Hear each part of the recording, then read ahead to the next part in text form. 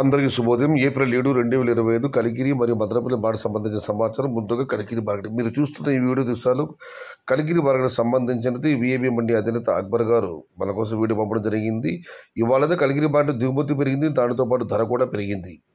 ధరల విషయానికి వస్తే 130 రూపాయలు, దాని ధర 130 రూపాయల దగ్గర నుంచి 170, 180 ఇవి అత్యధిక ఆధారపడి యావరేజ్ ధరలు టాప్ అండ్ టాప్ అక్కడ మాత్రమే 190 రూపాయలు. టుడే కలికిరి మార్కెట్ టమాటా small boxes 130 rupees starting rate, 190 rupees ending rate. దిగుమతి పెరిగింది, దాంతోపాటు ధర కూడా పెరిగింది.